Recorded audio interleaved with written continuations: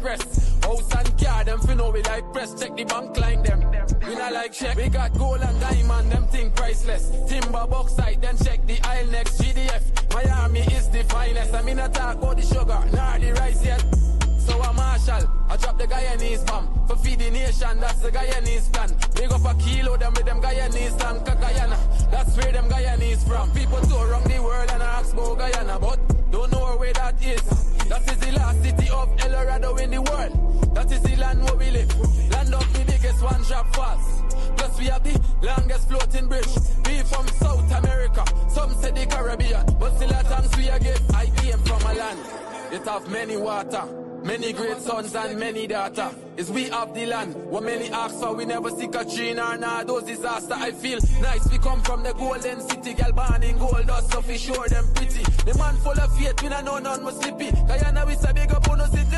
Enough people tour around the world and ask about Guyana, but don't know where that is. That is the last city of El Dorado in the world. That is the land where we live. Land of the biggest one drop fast. Plus we have the longest floating bridge. We from South America, some say the Caribbean, but still a thanks we a give. Hello, Wagwan. And the nuclear family, hey master, one up fully. A one-time records, a 592, we think that. Hello, Wagwan.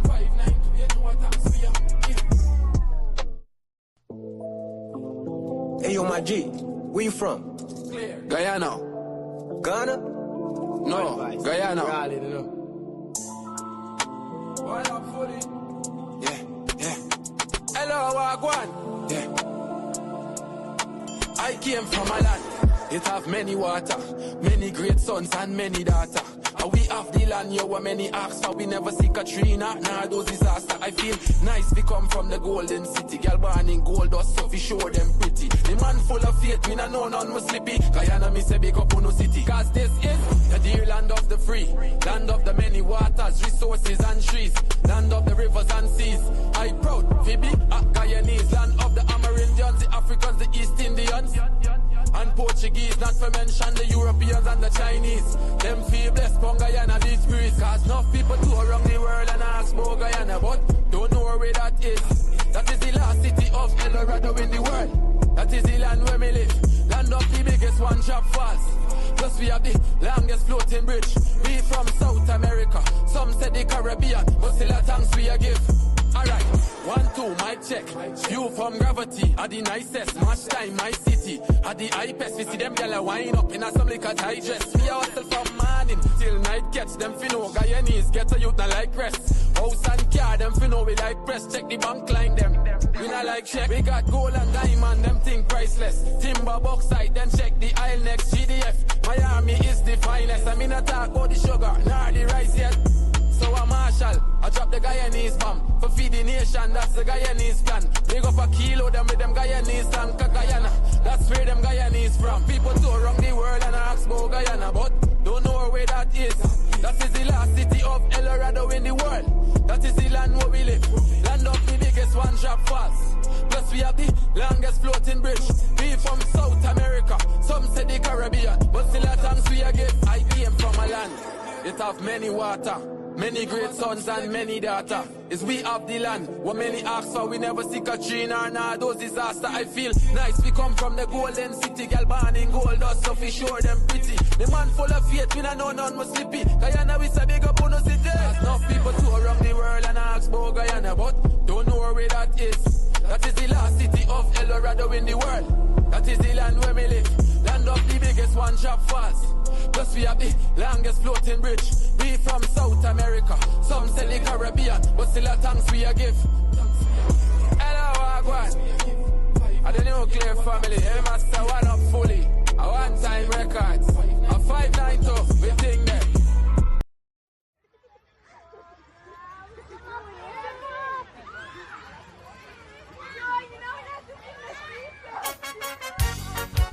Oh yes!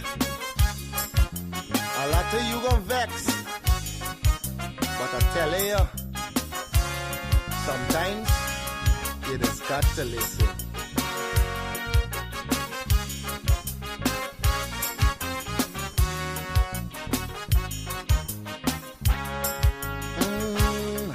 There's a child in every home and every community. They will grow up to be symbols of unity. They'll be colorblind to race and ethnicity. That's the vision of a leader like President Irfan Ali. I'm talking about the one Guyana where our people can live in peace, where every race trusts each other, where racial prejudice no longer exists. Our children will have one Guyana to grow up in a land united and free with equality and blessed with prosperity. For too long we've been fighting one another. It's race against race, but in the end the country suffer. Oh, we were born here, not in India nor Africa. But if we can't get along, the foreigners gon' eat we suffer. We must put an end to racism. Let it end now with this generation. Together we'll develop this nation. Make Guyana the gem of the Caribbean. Don't listen to them wicked politicians who will divide us to win an election. Believe it or not, Guyanese no smarter than that. Yeah, I told you, it's your boy Padmore. Unity is the key. We are all one and we should be treated as one.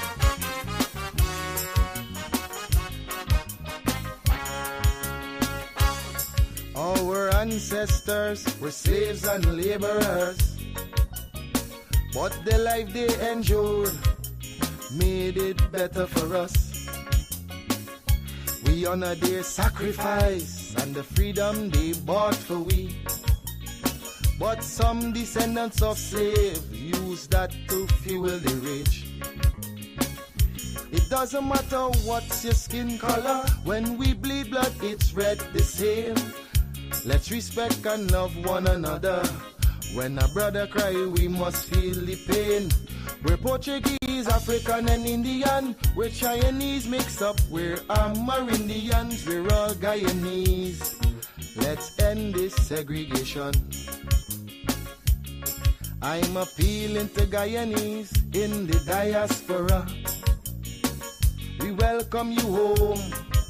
We've got a lot to offer. It's not the same place that you run away from. Come see the paradise Guyana has now become. I'm talking about the one Guyana where our people can live in peace, where every race trusts each other, where racial prejudice no longer exists. Our children will have one Guyana to grow up in a land united and free with equality and blessed with prosperity.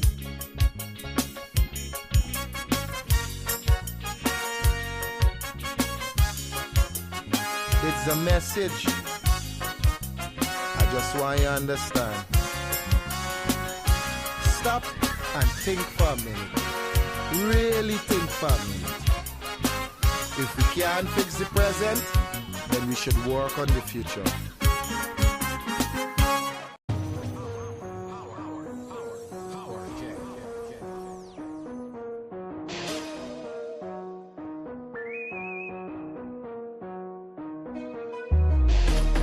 Yo, nobody not selling out.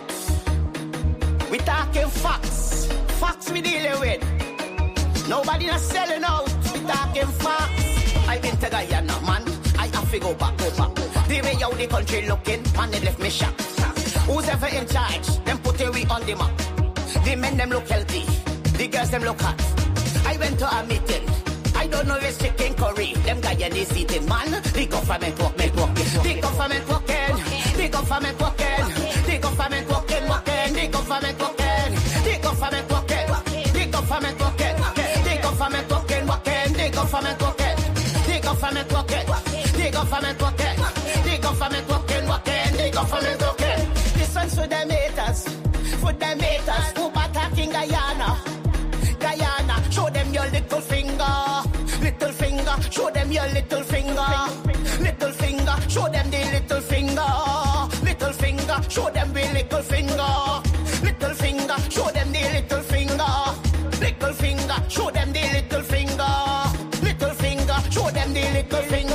The government working, the government working, the government working, the government working, the government working, the government working, the government working. Don't mix me with politics. I use the Guyanese critics. I just want the country fix. Man, I come here some kicks. Can leave the bumper fake. We call it a camera trick. And if you rest it on me, I still giving it some licks.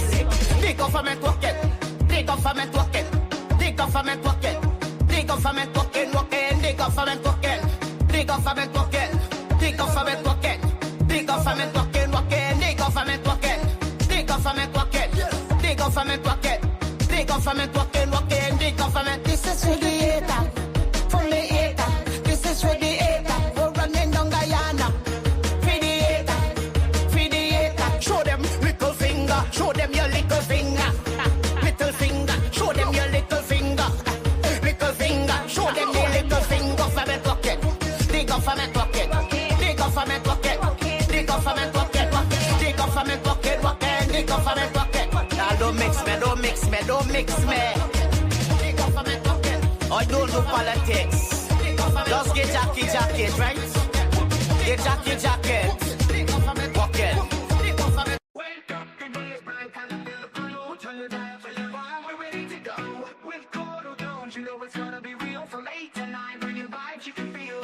News, views, and what's hot today will keep you wired in every way. Livewire, tune in and feel the spark. Every morning, lighting up your heart. Courdel's here, bringing life to your day. Monday to Friday, we're paving the way.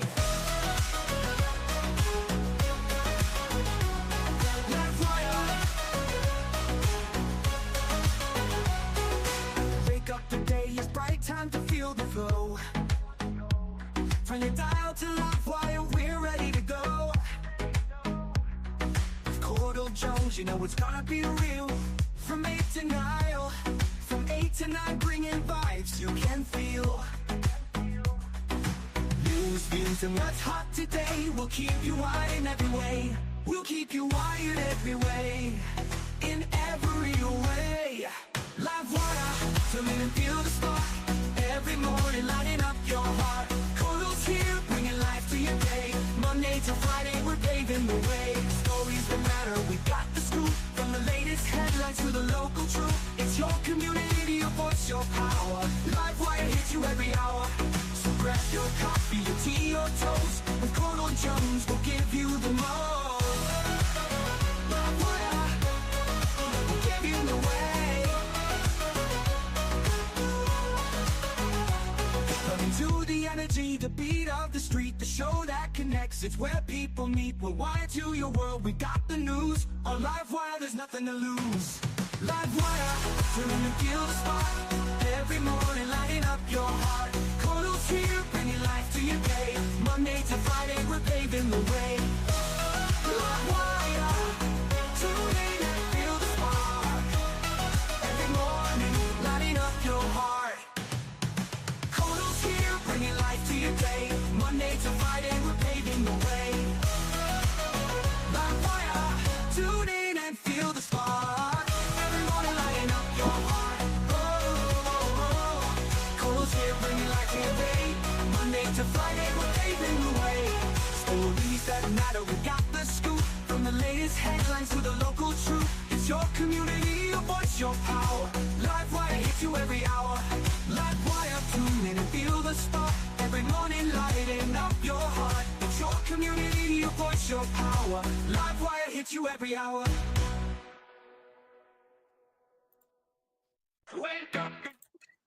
Good morning, everyone, and welcome to another episode of Livewire with yours truly. It is the 25th of September, 2025, and I want to say good morning to all the persons joining us across the 10 administrative regions, all the persons joining us across the diaspora, and a special good morning to those persons joining us in the comment section. Thank you for being here. Thank you for your continued support. And we are here and ready to go through the paces. Morning to Gayatri Baldio, Abdul Latif Wasim Nabi, Walter Fisher, morning to you, Vishnu Chintaman, Joseph Satar, Rampal Udapal, morning to you. Our friend Asalat, Denise Ramlal, morning to you. Suknanan Bud, Sunil Raghubir, good morning. Rajendra Singh, Jamila Kayum, Patricia Alfonso, Bibi Kalichiran, Priya Bain, I hope I said that right. Philip Gonraj, morning to you. Dianan Suku, Anita Sitaram, Jerry Prasad, Mohammed Isaf, Anita Hardlal, morning to you. Balwan Danraj, Imtiaz Bakas, Alin Khan, Prasad Pati, Urmila Gusai, Fazila Kayum, morning to you. Ken Ramsami, Mike Bisram, morning to you.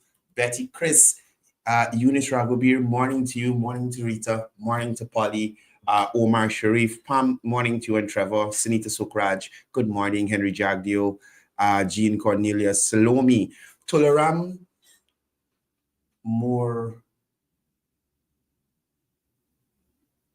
Tularam, morning, right? Morning, Tularam. Maureen Razio, good morning to you. Sherwin Siram, Leslie Mangal, Fishram Patrick, Mukesh Vishnudat, Chris, morning to you. Shanti Tularam, morning to you.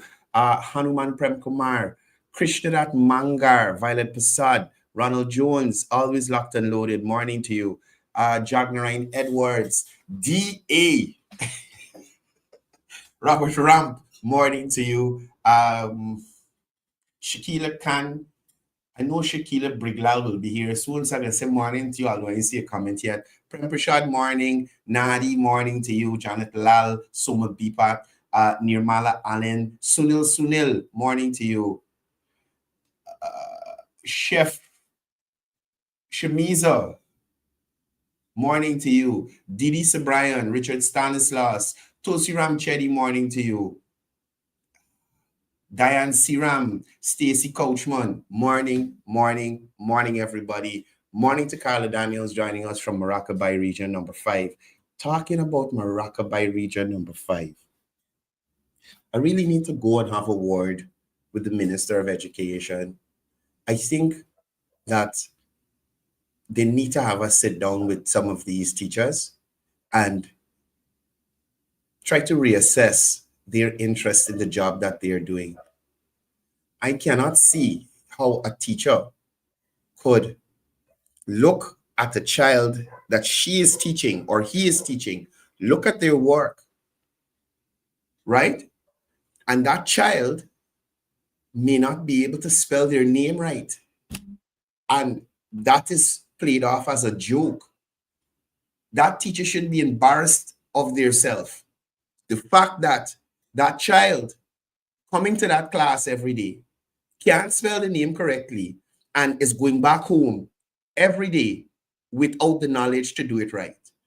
That teacher should be ashamed of herself or himself, whoever it is, right? And even if you're saying that education begins at home, it may be a case where the parents aren't able to give that assistance. But if you are an educator and you are interested in your job and the fact that you are molding the future generations of Guyana, you should put more effort into your work, right? You should want those children. Everybody's not going to be at the top of the class. Everybody's not going to get 80 or 90%, but the basics, I am sure you can instill into those children. You understand? I am sure you can instill it into those children. And I don't care what anyone says. Children not progressing in school, children that are failing in school, it may not be a complete reflection, but it is a reflection on the teacher themselves. Children may be disruptive, they may not be receptive to learning, but you are trained to impart knowledge. you are trained to find different avenues to get that knowledge over to that child, to disseminate whatever is in the curriculum to that child as best as you could. And I see again, if you are a teacher and your student cannot spell their own name, you should be ashamed of yourself. I am saying that. Whoever vex, vex. You should be ashamed of yourself because you are failing as a teacher. You are failing as a teacher. You are employed to educate. I understand parents have a role to play, but let's say the parents are as uneducated as that child trying to get some education. What are they going home to learn? What are they going home to learn from their teacher? From their parent? If the parent doesn't have that knowledge to pass on to that child, you do better. Right? Do better. Do better. Done with that. We're moving on. Now, yesterday was an eventful day. I don't agree with this. I don't agree with this because as far as I'm concerned, yes, every child has a different level of learning. Every child has a different capacity. Some children may be able to take or grasp academic concepts easier than other children. But I am saying, as a teacher, you should be able to break down that concept. So there will be children that you could explain it in its normal form and they catch it. Yes, I understand. But there are other children who you might need to break it down a little more for or simplify it for. And they are trained to do that. Right, Andrew? They are trained to do that. So I am saying they should be able to, even if you're not bringing that child to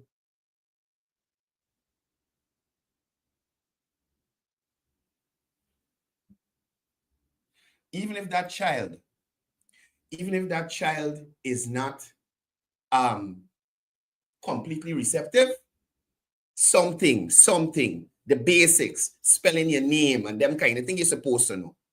I don't care what nobody said. I said what I said, and who vex, that's your business, right? That is your business.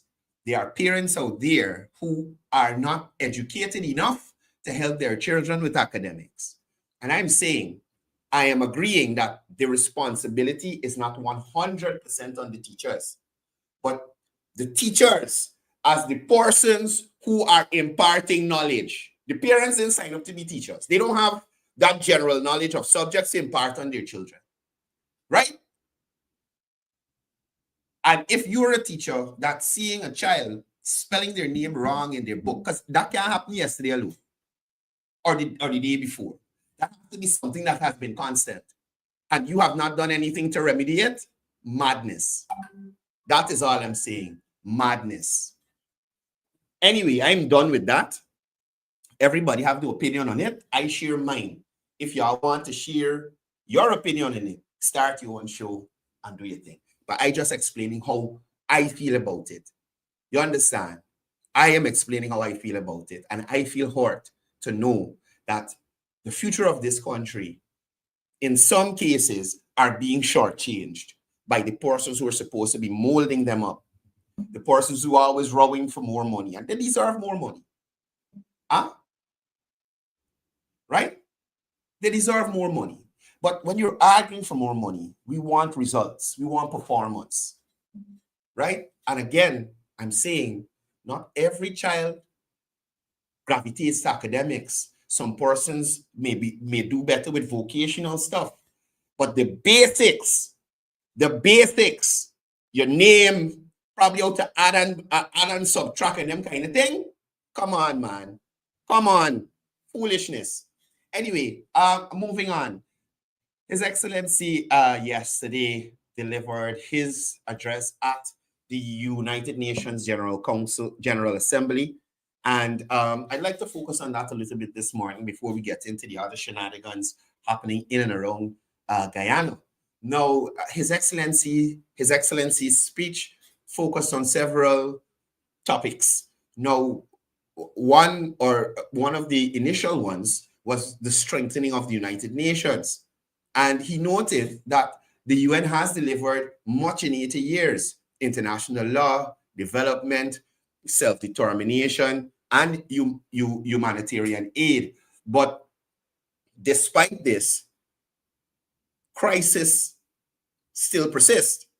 Conflicts, food insecurity, displacement, climate change, a rise in military spending versus a shrink in development aid. He noted that the UN must remain faithful to its charters: principle over power, right over might. And he called for reform of governance structures, including the Security Council, to reflect fairness and the collective will. He also went on to touch, His Excellency Dr. Mahmoud Irfan Ali went on to touch on global conflicts and justice. In relation to Palestine, he condemned Hamas's October 7, 2023 attack, but declared Israel's action as genocide, mass extermination, and war crimes. His Excellency urged urgent action for a two-state solution, returning of hostages, and the accelerated mediation by Qatar, Egypt, and the United States. In relation to Ukraine, President Mohamed Irfan Ali reiterated Guyana's support for Ukraine's sovereignty and territorial integrity, calling for the end of the war. He also touched on Haiti as well.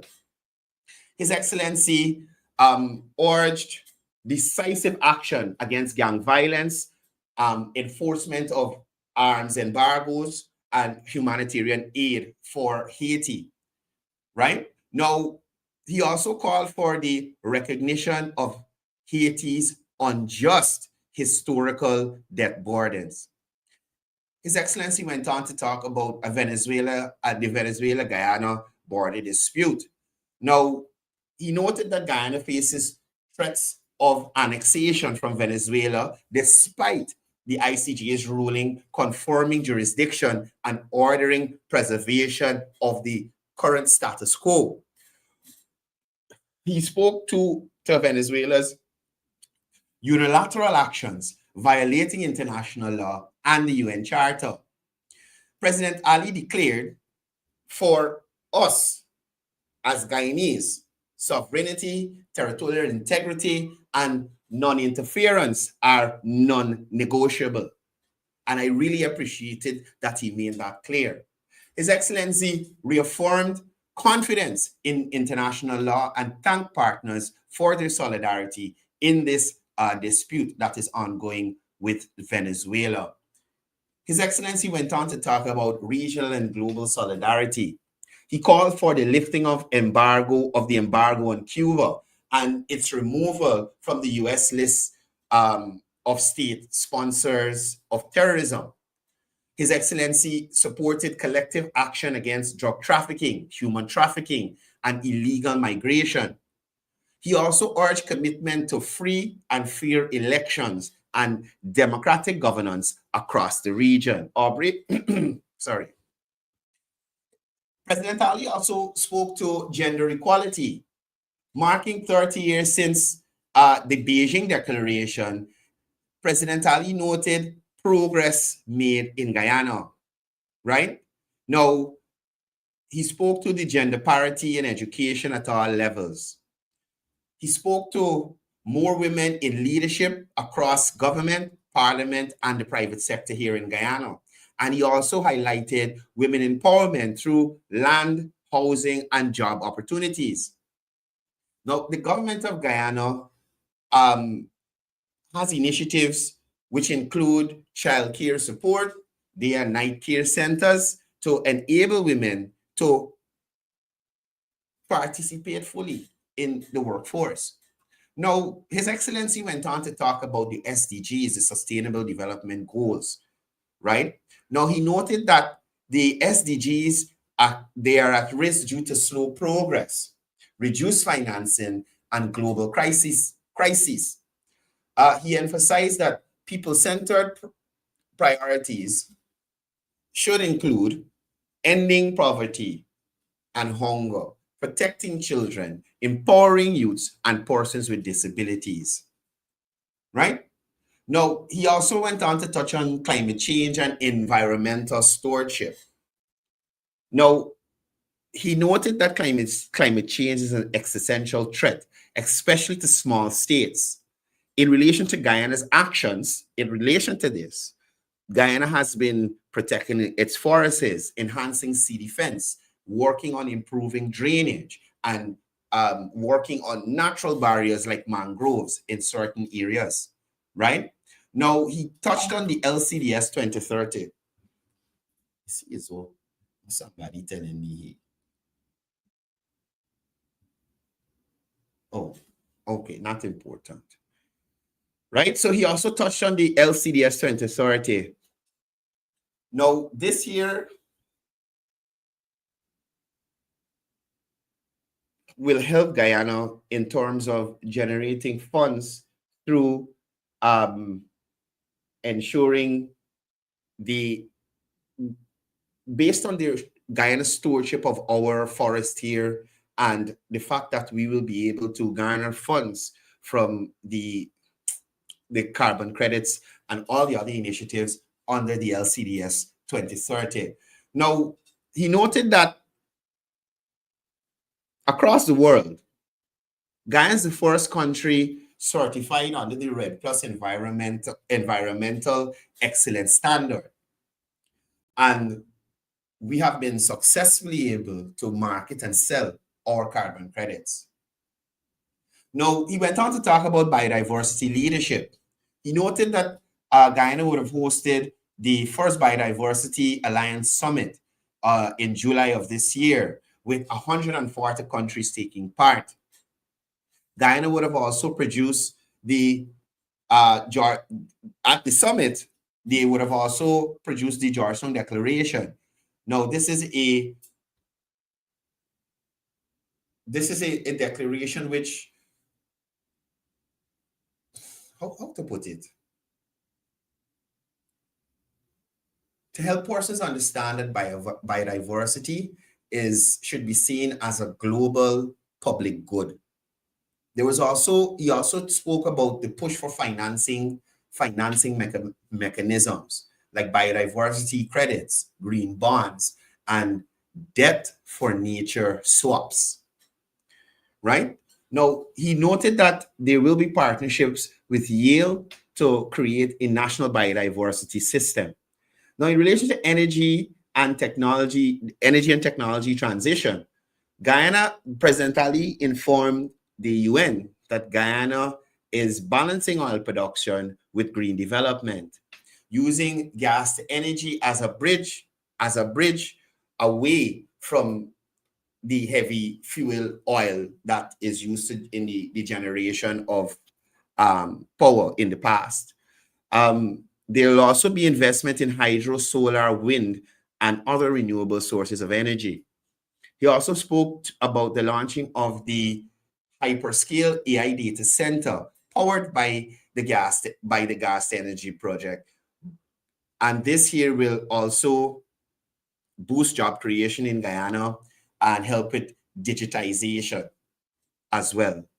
Now, in relation to food security, President Ali noted that Guyana leads CARICOM's Agri-Food System Vision 2030 to end hunger and ensure resilience in CARICOM, among CARICOM nations. President Ali also noted that Guyana has advocated for transformation in the global food systems for more sustainable, equitable, and less dependent on volatile imports and the import system that is usually impacted by global issues and crises that happen around the world. Right? In his closing message, he noted that the UN, while it was born from crisis, it must remain humanity's conscience and compass. He noted that words are not enough, and the world demands substance and action. President Ali urged courage to match the principle with deeds and binding nations together in shared destiny and hope. Right? So we will be, I think we have that uploaded on our page there. So if you want to hear it, you missed it yesterday, you can go and check that out and listen to the delivery by His Excellency at the United Nations General Assembly. Right? Moving on. Now, I must say, it was refreshing to see our Minister of Amerindian Affairs in action. It was refreshing to see the Minister of Amerindian Affairs in action. Right? So, the minister was at the opening of Heritage Games, and she did the kickoff for the, I think it was the first match or whatever it was. And it was refreshing to see our minister in action. Y'all, look at this.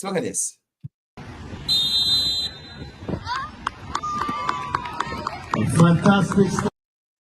Right? That's our Minister of Amerindian Affairs. Now, understand this. You see this move that she did here? They got men who can't do that. I won't lie to you, I can't even do that. Jesus Christ. And I used to play football. I can't do that. So I was like, what? Listen, man, I expect great things from this minister. Speaking about ministers, I must let you guys know, tomorrow, right here, from 8 to 9, we'll have none other than the Right Honorable Minister within the Ministry of Housing, Minister Vanessa Ben. She'll be here to talk to us. So for persons who may not know her, this may be your chance to hear from the minister, find out more about her and what she brings to the housing ministry, what she's probably hoping to accomplish during her stint there as well. Again, our Minister of Amerindian Affairs here at the kickoff for Heritage Games. Hand in the pocket too. She ain't even got balance. Hard ball. And Leslie Mongol, yes, I agree. Jarita can't do that. I agree with you. Right? That aside, I tell y'all, I try to reformat the program so that we have with more emphasis on development. But we cannot run away from the shenanigans in the opposition. Jesus Christ. Look. So this came to me first. Where Francis blocked me. So I wasn't able to see this on my own. So somebody screen grabbed it and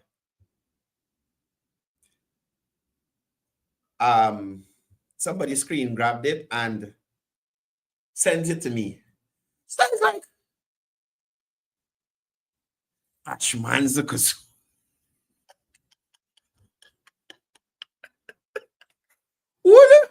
What Francis Bailey is talking about? What VPAC is talking about? Right? So very soon, very shortly, like a month ago, over to win. Then Bops. I shouldn't say Bops. I should say Braps. We had this. The young man who went into my WhatsApp and sent me a message that reads that I must, Amanza, I am giving you one last chance to reconcile with VPAC or else. I want to be very clear that I do not take threat and bullying. So I am saying to whoever sent that message to Amanza, the young man, whoever sent that message, understand clearly. Amanza would beat you up. You know what I'm telling you? Amanza would beat you up. She done towering over you. And she done got a police report in the system. You understand? Amanza would beat you up, brother. So the point is, Do not look at this lady here and feel Amanza is no walk in the park. Amanza would thump you up, sir. Thump her up, Amanza. That's what she would do. That's what she would do with you. So, Francis, if you are the young man who sent that message to Amanza, you're already frail, you're already very sickly looking. I would not like to be here a morning and playing a video or reading a police report where Amanza would have had cause to put hands on you. Right? That aside, I don't know if it was yesterday or the day before last week, but I told you I'm right here that I highly doubt Amanza will rotate that seat between the false prophet in Linden and Deron Bess, the other two parties that merged with her. Right? At the end of the day, Amanza is the leader of the list. Amanza will send whoever it is to Parliament. Right? And Amanza, because she was in Parliament, she will feel that she has more political capital than the false prophet and Dora Winbess. Amanza was begging people on Facebook to send her back to Parliament. She barely make it, like literally barely make it back into Parliament. So I don't know what Dorwin and Francis and false prophet feel. Amanza would never give up that seat for the 5 years. Y'all ever see or know of Amanza doing anything else before she come to the National Assembly? You ever heard about an Amanza Walton Desir as a successful business person before she entered into the National Assembly? She going back now. You understand? Amanza refused to share that duck curry with Dorwin and Francis. And God knows Francis could do a little duck curry. You can put on a little size or something. Jesus Christ. Jesus Christ. But on the other hand, I understand where Dorwin and the false prophet is coming from. And Francis Bailey. Amanza had her time in the National Assembly. Amanza did nothing of substance. Only embarrassed herself and everybody with the name Christina attached to them. So anybody who the name Christina, they shame for a couple of weeks. Because people to find out with Christina is you tell Amanza you spending them kind of money to carry children to school. You give Amanza them kind of them the maths. Amanza has done nothing of substance. Amanza is abusive.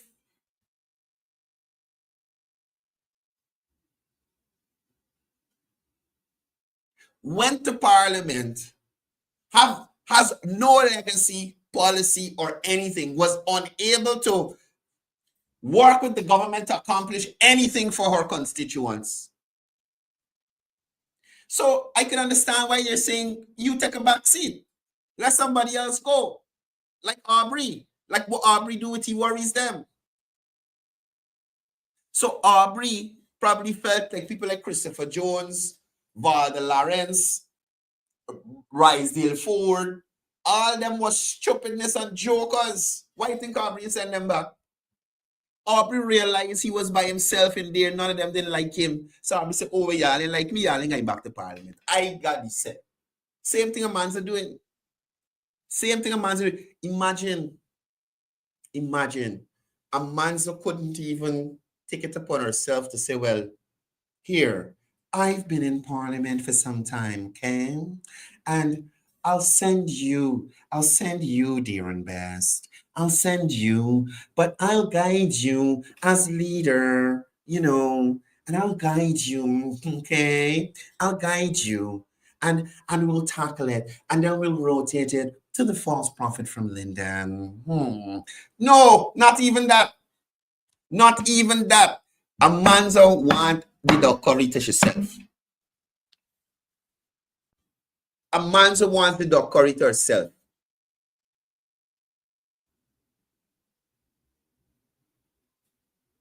And it shows you these people never had the interest of Guyanese at heart.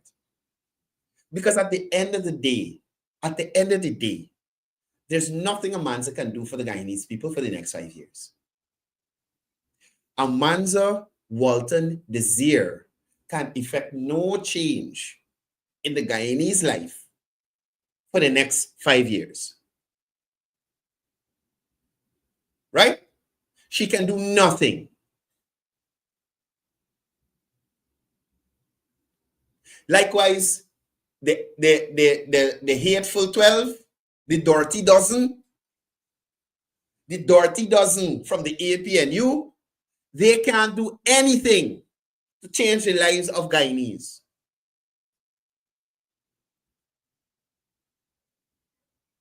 Nothing. The other side, the local farts of Guyana, the honorable farts who will enter the National Assembly, heading the opposition, can't do anything to change the lives of Guyanese. Leslie Mongol, please don't call them the 12 disciples. Don't make your eyes pass them disciples. Don't make your eyes pass them. It's the dirty dozen. The dirty dozen headed by Terence Campbell. The dirty dozen. The farts, the parswins who are heading to the National Assembly can't effect any change. They will spend your money on you.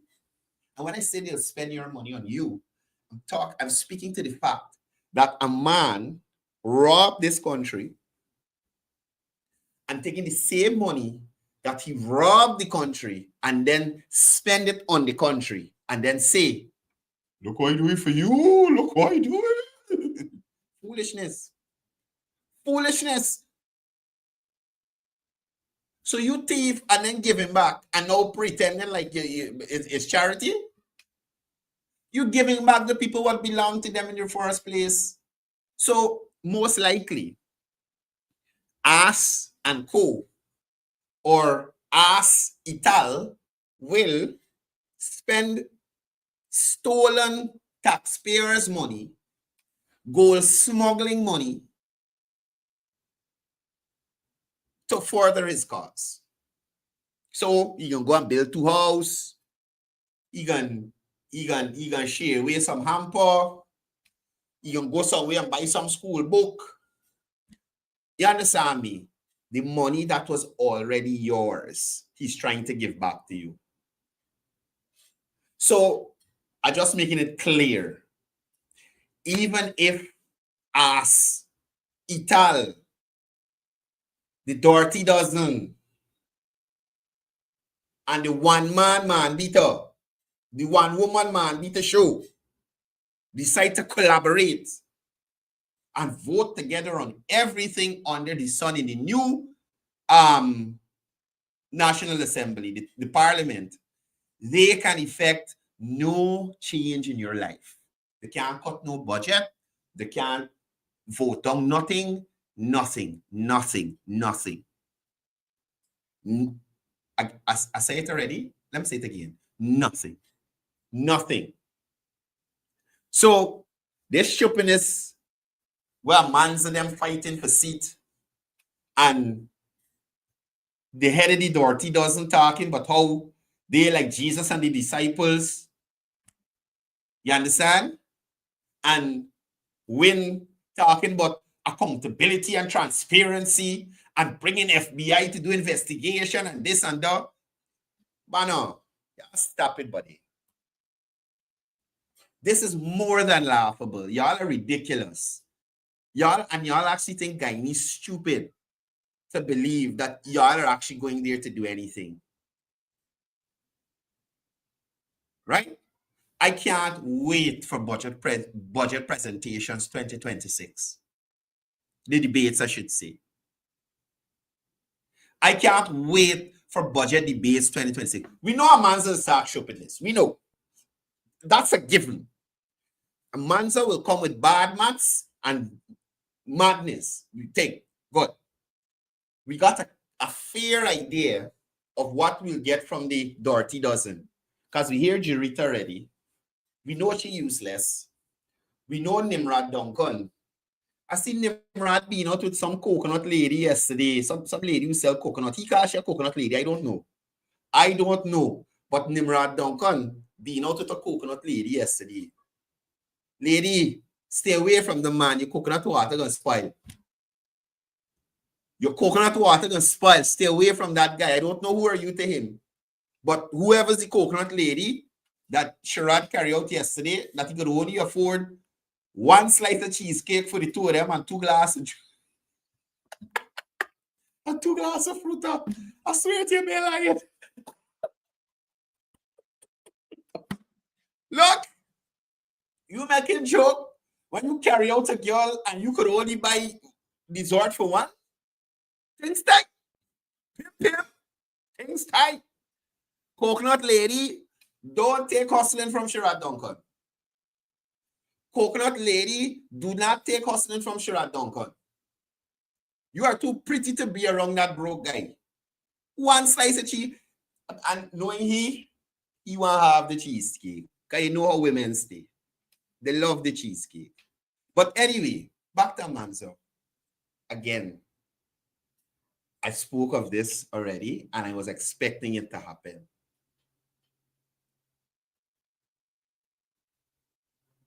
Right? I was expecting this to happen. The infighting for the parliamentary seat. So, just like Marc de France was violated without lubricant the last go round, then violated again, like the throw sawdust now, because it's even rough. Rougher. Marc de France get violated. Again, left out to the National Assembly. Amanzo has employed the same tactics.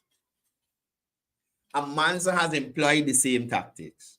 The two of you are not going anywhere, much less you, Francis Bailey. I'm talking about Deron Best and the false prophet. The two of you, Amanzo said, are not going anywhere. You will not have any MP to the back of your name, Deron Best. Right? False prophet Nigel London, you will not have any honorable or MP to your name. And you know something? I am so glad he's not going to Parliament. Because adding honorable and MP to the false prophet, that will inflate his head even more. You know how he comes over as all-knowing and entitled, and I have an opinion on everything, and I'm right, and everybody else is wrong. I know everything. I wouldn't like to see you in Parliament when you got to say, honorable member, false prophet, Nigel London. When you have to say, honorable member, false prophet, Nigel London, you can imagine the ego trip that he gonna be on. Huh? And ask the Deron Best. All Deron Best what I go in there and do is tell me about some gas company he had and something. That's all Deron Best talk about. That's from me. Deron won't let it go. Move on. Start a new business, man. Jesus. Oh, have this oil company. You see this sign? This sign, and they did this and more. Move on. No, folks, for the icing on the cake. The icing on the cake. No, I have great respect. I have respect for Abina Ratcliffe and Kimal King. Right? I've worked with Kimal, very intelligent guy. I personally call him the Guyanese Sheldon Cooper. He acts like Sheldon, and his intelligence, in my opinion, is more likely at that level. He's very smart. I've been as a journalist for many years. I met her for we were in passing whilst I was at NC and she was at Kaichur. When I went to work at Kaichur News, she was a senior reporter there dealing with finance and something else. So I have respect for her as a journalist, and they did a excellent production yesterday in terms of getting David Hinds to come on their show and share his views, however weird they might be. But this one jumped out at me first. Do you think it is possible for an Indian man to adequately deal with the issues affecting Black people? He has to commit suicide. So that was that's the first clip I see. So, what? So early in the day, I saw a post with a bean and looking at this man like he mad. So I said, man, I gotta go home and look at this interview, but I completely forgot about it. So when I saw the clip and I heard the thing, I was like, no, man, I don't usually look at David Hinds, but I got to sit down and listen to what the outcome was. Let me play another short one for you. Yourself as an African elite? If I what? You view yourself as an African elite? I am part of the African elite. I got more education than most people. What? You view. So first of all, I don't know about y'all, but David Hinds has come over so abrasive and crude and what? And I don't know about y'all, but I swear this man's voice was weird for like most of the interview. So, what, David Horse or what was going on with David? Right? But you see how David sees himself. He's an elitist. He's just like Nigel Hughes and them. But he doesn't see himself as an elite in terms of having money. His elitism is based on the fact that he got education more than enough people. But still sounds more stupid than a lot of people. You understand? So we got a couple of minutes left. Let's take a look at this interview with David Hinds, right? Oh, did I say tomorrow we have minister within the Ministry of Housing, the Honorable Vanessa Ben, and on Monday we'll have the Minister of Local Government and Regional Development, the Honorable Priya Manik Chan, to talk to us, right? Let's get into this interview quickly. In three broad themes, the role Dr. Hinds sees himself playing in modern-day Guyana, the state of the Black community, APNU's perceived weakness, and the way forward. Welcome, Dr. Hinds. Thank you for taking the time as this. Thank you very much, and it's good to be interviewed by young people. I have taught young people for 30-odd years, 18 to 22, mainly. So I'm accustomed to engaging young people. So I welcome this conversation. Great. Dr. Hinds, based on my interactions with people who are acquainted with you, and based on my own readings, I understand that you're one who pushed back against Burnham and some of the injustices of that time. Considering we only have about 35 minutes to 40 minutes for this program, walk me through your advocacy of that time and okay, that's important. The way you go about your activism now, is it the same way you did it back then? How did you criticize Mr. Burnham when he oppressed Indians? Mr. Burnham was charged of being authoritarian. Nobody didn't ask you what Burnham charge of, you know. Nobody didn't ask you what Burnham get charged with. You want to know if you used to call Forbes Burnham lick bottom and how slave and slave catcher. Just be the one to know. Let you fix your business. I was critical of him. His government was charged with discriminating against Indians. I was critical of him. How? And you know, I listen to David Hinds, and I have certain people that are able to generate words in a certain pattern to make it seem like it's making sense. But if you listen to them keenly to what they're saying, you realize they're just leading you a dance and not trying to answer your question. The question was, were you critical of Burnham the same way that you are critical of persons, Afro-Guyanese in society who don't support your ideology? Did you call Burnham a lick bottom? Did you ever address Burnham as a lick bottom? Did you ever call Burnham a house slave? Did you ever say to Burnham, you're a slave catcher? That's the question Abina asks you. We know that you are critical because Burnham and the PNC killed your founding member. So we want to know if you did the same thing you're doing now. That's what I've been asked you, not a foolishness you're speaking to. And the same principle I hold today of this government or any government. I think I need to ask pointedly. Are you racist? I wouldn't answer that question. Because you know that you are a racist, sir. It's a simple no or yes. Why? If somebody who does not see themselves better than other races or has an issue with other races wouldn't be able to answer a question, are you a racist? What's that? What is that? The mere fact that you don't want to say, no, I am not a racist. Persons may have misunderstood things I said. It gives us the thought that, hey, you may indeed be a racist. And the same principle I hold today of this government or any government. I think I need to ask pointedly. Are you racist?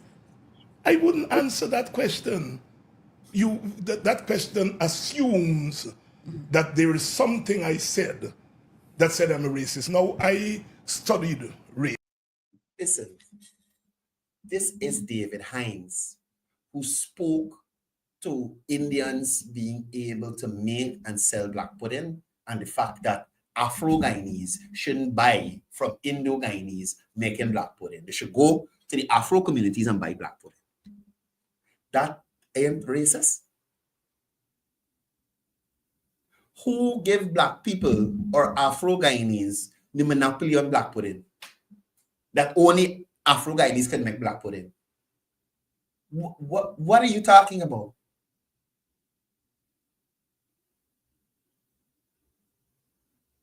You are a racist. You are a racist. Listen to this foolishness you know. I taught race for 32 years. I think I'm one of the few experts on race in this country. A racist.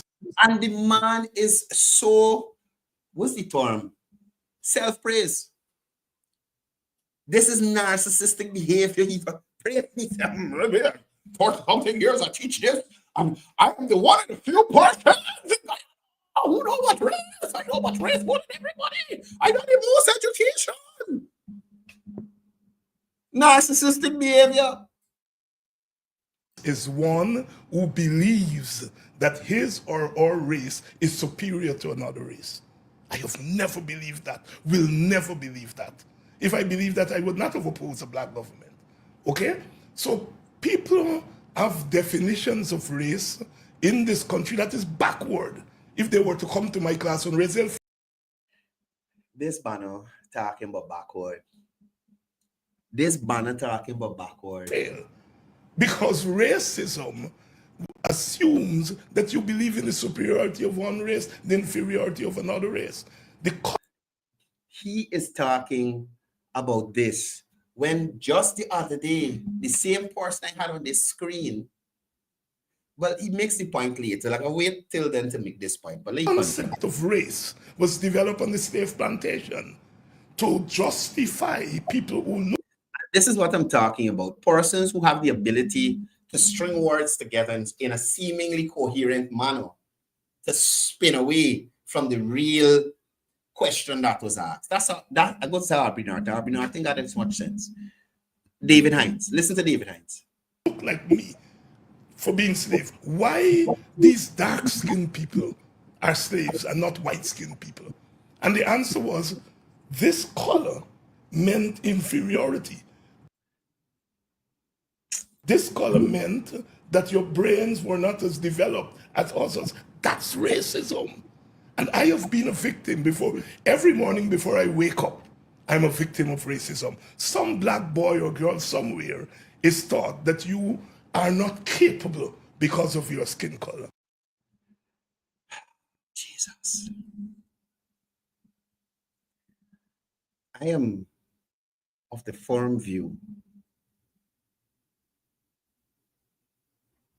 I am not saying that they are not racists in the world. I am saying that what David Hinds is putting out there as the norm, I don't think it's as prevalent as what he's saying there. I don't think that Afro-Guyanese in this country are waking up in the morning, the person saying to them, you can't be much, you can't be anything because you're of your skin color. I don't think so. Some black boy or girl is thrown in prison because of his or her skin color. I do not think so, David Hinds. David Hinds is giving the impression that in Guyana and around the world, law enforcement people look at you and because you're black, just lock you up and take you to jail.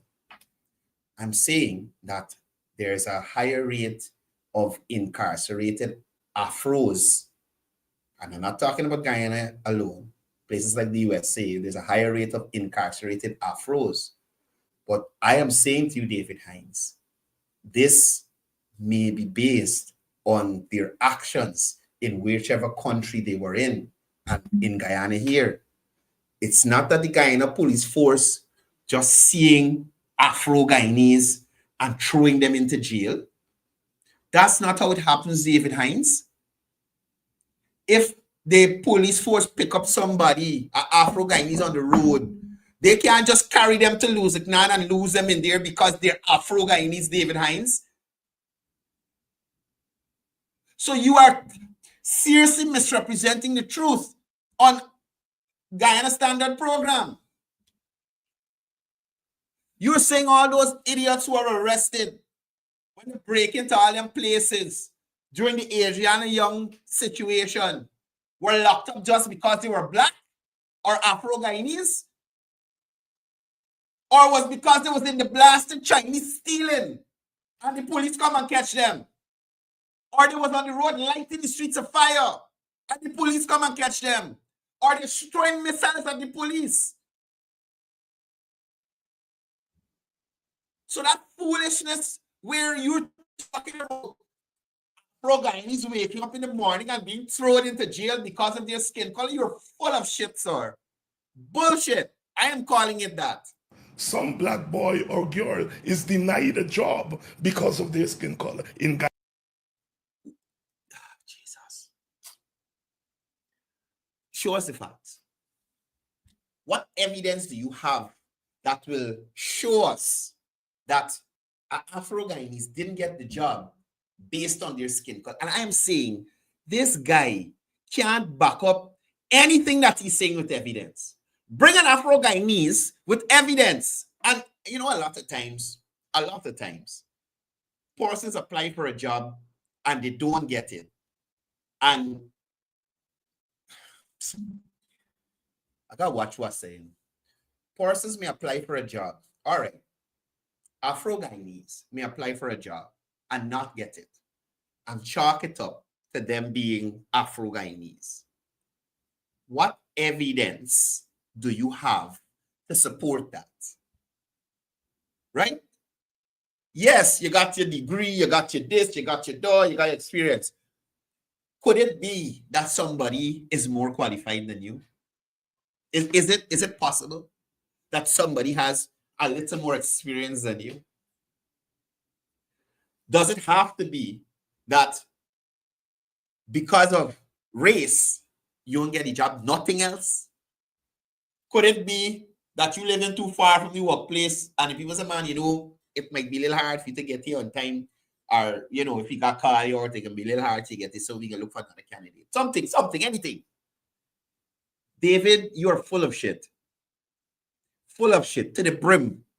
You understand? Guyana, in Jamaica, in the United States of America. I am the victim of racism, not the purveyor of racism. Every day of my life, 65 years, I've had to push back against racism. And I think we have to redefine what we mean by racism in Guyana. So why do you assume that it is a popular contention in today's society that Dr. Hinds is racist? Because the PPP is afraid of... Wait. Look, listen. I swear to God, the PPP does get blamed for everything under the sun. So David Hinds frequently makes racist statements against Afro-Guyanese, against Indo-Guyanese, against all sorts of people, right? And the reason people think he is racist is not based on what he's saying. It's the PPP fault. It's the PPP fault. He's a racist. My activism. And so when you wear a dashiki and you say black is beautiful, they say he's a racist. When has that happened, David? When has that happened? When has that happened? That a president, a vice president, a prime minister, minister of this country, right, has seen an Afro-Guyanese in a dashiki saying, I am black, I am beautiful, I am black, and I am proud. And somebody call him a racist. President, vice president, prime minister, minister, whoever. When has that ever happened? David, when has that happened? I have seen the president. I have seen the president, the prime minister, the vice president. Matter of fact, I'm only dealing with Indians. I have seen the president, the vice president, Indo ministers of government, all dressed in dashikis or African outfits. What is David Hinds talking about? When has an African Guyanese stood in a platform and said, black is beautiful, I am black and proud, and a member of the PVP government saying that makes you a racist? Or you hear me say, but black is beautiful, he's a racist. David Hinds, who are you trying to mislead? And then the political elites and the media elites pick it up. Let me give you an example. There are some Africans who joined the PPP and went over there and they're denouncing African people. So, Afro-Guyanese who got over to the PPP, denouncing the foolishness that other Afro-Guyanese doing. What's wrong with that? They're denying their Africanness. How are they denying their Africanness? By talking about the foolishness that people like you are doing? To talk about the foolishness that people like Aubrey Norton doing? To talk about the foolishness that people like Amanza doing? To talk about the foolishness that people like Valda Lawrence did? People like Cathy Hughes? People like Nigel Hughes?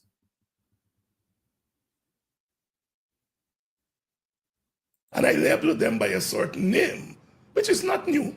It's not new. Nothing that I am saying is new. They've pinned slave catch on me. That's an old concept. They've pinned what? House slave on me. It's an old concept. Like they've put LB on me. It's an old concept.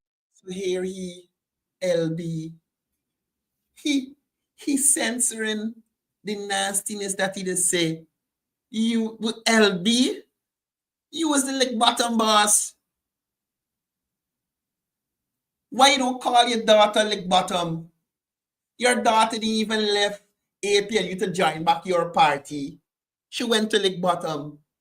That's what your daughter went to do. Your daughter, David Hinds, is a bottom licker, a bootlicker, a slave catcher, a house slave. That is your daughter. Just like everybody else you label. She ran from the PNC too and run to an Indian-led party. This hypocrite. Concept. We have talked about bootlickers, ass lickers, all this. Yes, all of that is Tabitha Sarabu Haley, boot like a ass, like a house, slave, catcher. Tabitha Sarabu. As a slave plantation. The point is that people, a couple of people who left and went over, that's their business. If they don't want to join the black party, that's their, I do not belong to the party that most blacks vote for. People forget that. Most blacks vote for the PNC. I do not, I've never belonged to the PNC. I fought the PNC. So I am not recruiting people for the PNC. You want to go join the PPP, that's your business. But having joined the PPP, do not go there and in your quest to show that you are more PPP and you are loyal to the PPP, you are putting down your own race. So you're saying that Afro-Guyanese who have left the PNC, the APNU, should not comment on the wrongs that they see other Afro-Guyanese doing because they are Afro-Guyanese as well. So you're promoting the bandwagonist mentality because all of us are one race. All of us must have this single view and just jump on the Afro-Guyanese bandwagon, even if it's going off a cliff. Oh, okay. No. One of the brothers, and he's a brother, came on my program to defend himself. And in the process of defending himself, he said black people don't work hard enough. So what? So what? Is it a lie? And listen, he wasn't talking about all black people. But let's be realistic here. Y'all ever heard anybody talk about Indians not working hard enough? Them being any sort of lazy, mentally, physically, or anything? Y'all ever hear that? You ever hear David Hinds denounce Amanza for calling Indians mentally lazy? Have you ever heard it? No. I am saying that there are Afro-Guyanese that are lazy. There are Afro-Guyanese that would prefer you just hand them something instead of them going out and working for it. I'm not saying that that's the majority, but there are Afro-Guyanese that are lazy. So I agree with whoever come on the show and said that. Because you will see, if you be honest with yourself, Indo-Guyanese will avail themselves to whatever opportunity that is there. Right? They're going to find out how they could get this, where they could get this from, how they could benefit, how the family could benefit, how somebody could benefit. Whether it's PVP, APNU, PNC, Indo-Guyanese going to find some way to benefit. The sad part of the situation is when the party is in power that this idiot supports or he's in a coalition with, one, they don't do anything for Afro-Guyanese. Right? They don't do anything for Afro-Guyanese. And the second thing is, at the end of the day, aren't people allowed to choose where they want to go? The old notion of the lazy black man, he apologized. But and I forget what I was saying just now, but now I remember. I told y'all yesterday about a guy I met in Merriman's Mall the day before, which was Monday. Tuesday. I met him on Tuesday. He's an Afro-Guyanese. That Afro-Guyanese was telling another Afro-Guyanese female about opportunities that are available.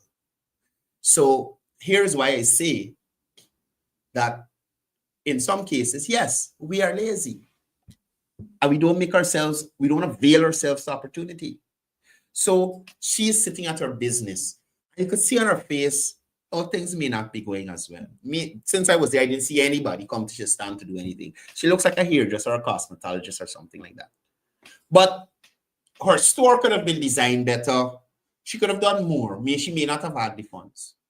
No.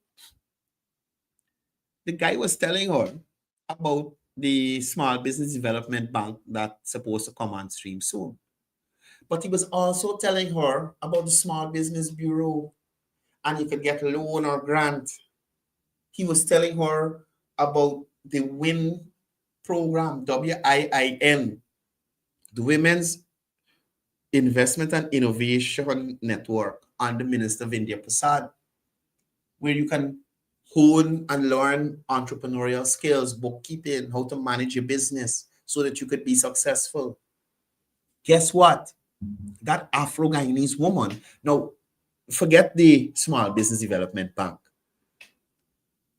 Small Business Bureau, WIN, Minister Vindhya Prasad Ministry, that has been operating for at least 5 years.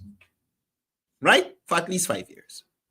And that woman didn't have any clue that those opportunities were available to her to advance herself. So could it be laziness that you're not putting effort to find a way to better yourself in your business? You just hands up, this is it, and I sit down.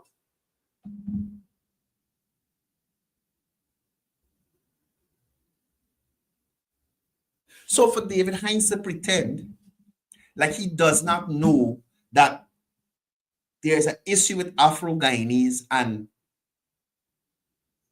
them taking the opportunities that are available to them. Hello, good morning. Yes. I'm all right. What's up?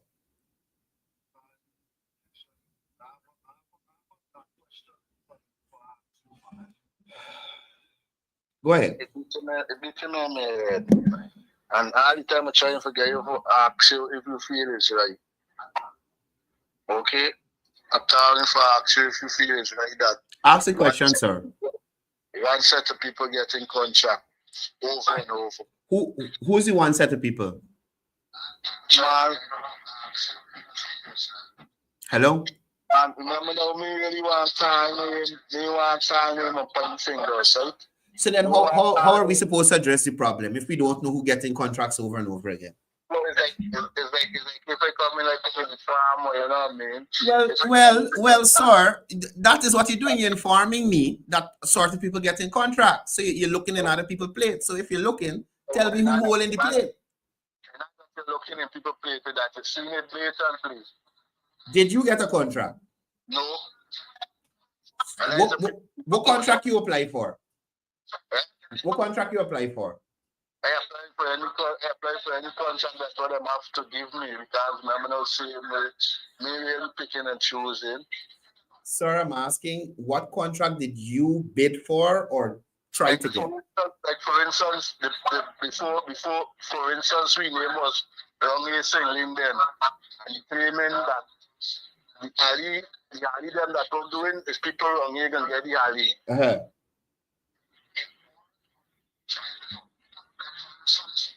The alley, the part I live in, one of the alleys, so the one of the alley where I live in. Okay. So somebody there didn't get it? I seen other people, I seen strange people coming and doing the alleys there. So you know everybody in the area, or is somebody else from Linden? You know everybody in Linden? Is it a Linden or somebody from outer Linden? I guess I will be able to say if it's from Linden or War, but not from around the area. So have you been bidding for contracts, sir? I know everybody in the area here. Okay. Have you been bidding for contracts? Yeah. So what was the last contract you bid on?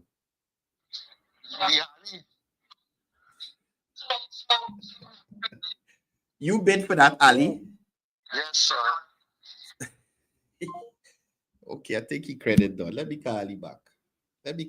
Meanwhile, you feel like hang up on you. He credit done. Ah.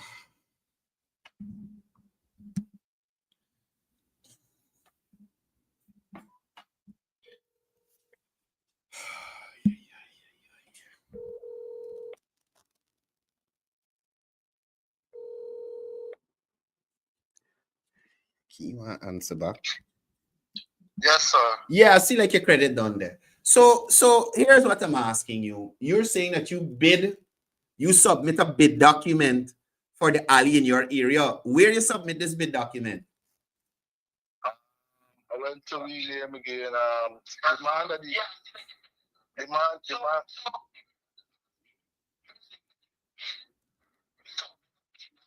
Sorry, you gotta listen to me. Don't listen to the thing that you're watching me on. Listen to the phone. I listening to you. I'm asking you where you submit the bid document that you said you submitted for the alley. So the Prime Minister was here. No, but you got listen. I know I listening to the TV all the time. You listen to the TV. Go ahead. So with my name again with the Vice President, sir.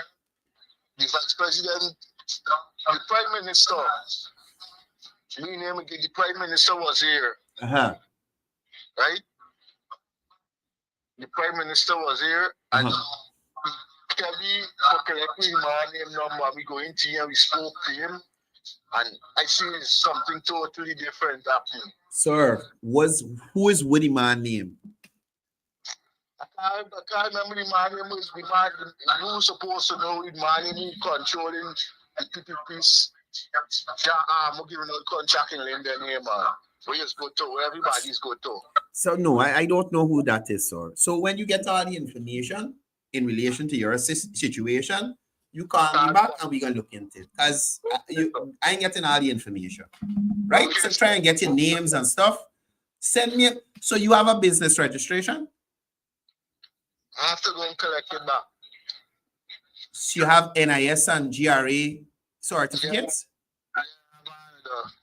Okay. All right. Well, I don't know what to tell you. Probably somebody who was more suitable for the contract won the contract. Everybody doesn't win everything that they bid for. And I'm saying if you didn't win this time or you didn't get the contract this time, that's not the last set of contracts in the country or in Linden that will ever come out. So you have to be persistent. And you have to understand as well, if the government come to get contracts in Linden, everybody ain't gonna get one time. So maybe this wasn't your time to benefit. But you are saying persons are getting contracts over and over again. And I was asking for an example, but you haven't given me one. So I don't know what else to say. I could give you more than one example. Well, give me an example. Well, when I call you back and give you everything one time. All right, brother. No problem. Have a good day.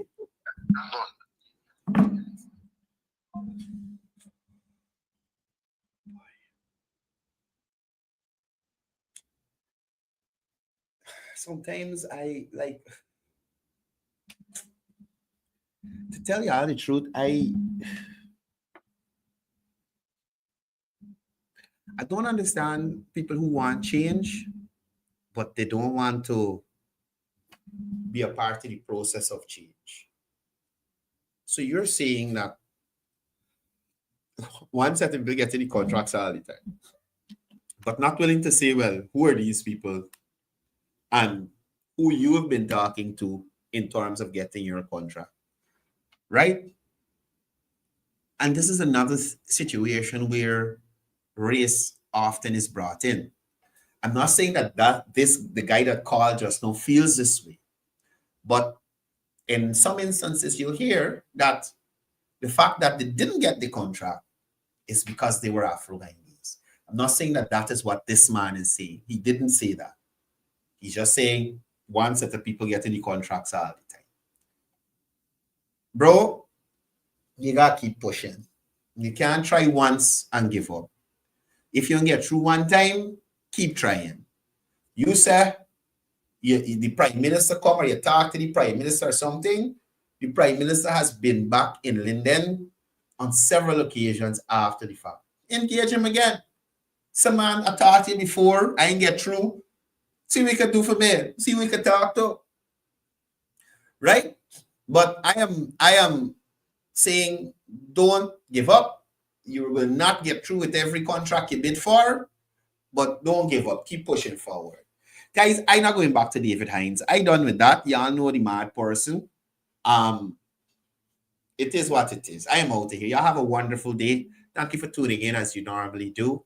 And as I usually say before I go, it's all about peace, it's all about love, it's all about one man.